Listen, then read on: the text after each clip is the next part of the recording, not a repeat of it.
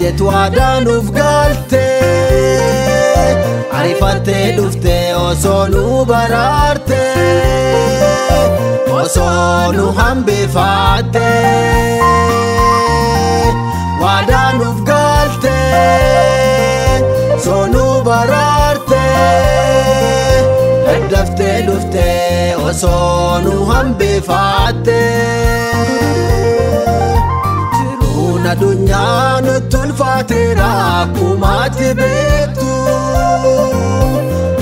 solfinaa keessa ta'eeti Yesuus nuuf kootu isaan gaddaniif isaan boo'aniif wabiinsi qofa akkuma waadaa galtetti kootu imimmaan dhufaa boo'ichi naafa akkuma waadaa keetitti kootu imimmaan dhufaa boo'ichi naafa.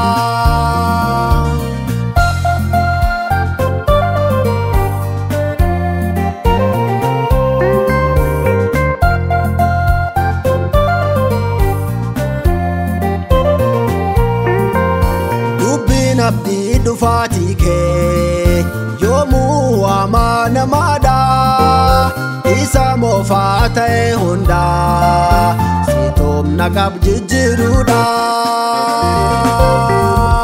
maaloo kootti Yesuus gooftaa jijjiiruun daarawaa godhi iddoo buufataa kan keessaan nu taasisi ati fuudhi. Daddafee dhufaa jetu adanuuf galte arifattee dhufte osoo nu baraarte osoo nu hambifatte wadanuuf galte osoo nu baraarte daddaftee dhufte osoo nu hambifatte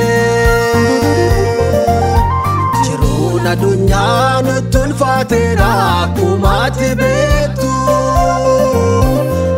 solfinaa keessa ta'eeti Yesuus nuuf kootu isaan gaddaniif isaan boo'aniif wabiinsi qofa akkuma waadaa galtetti kootu imimmaan dhufaa boo'ichi naafa akkuma waadaa keetitti kootu imimmaan dhufaa boo'ichi naafa.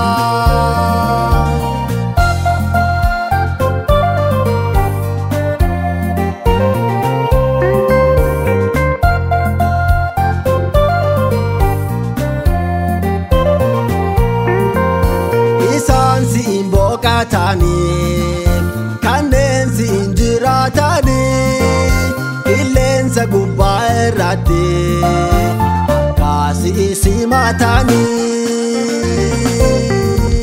sagalee nama abboomuun malaakata kee afuufi samaayotarraa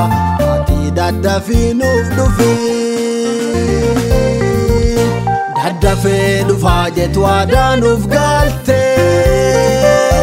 arifattee dhufte osoo nu baraarte osoo nu hambifatte wadanuuf galte osoo nu baraarte daddaftee dhufte osoo nu hambifatte addunyaa nutti ulfaateera akkumatti beektu solfinaa keessa ta'eeti Yesuus nuuf kootu isaan gaddaniif isaan boo'aniif wabiinsi qofa akkuma waadaa galtetti kootu imimmaan dhufaa boo'ichi naafa.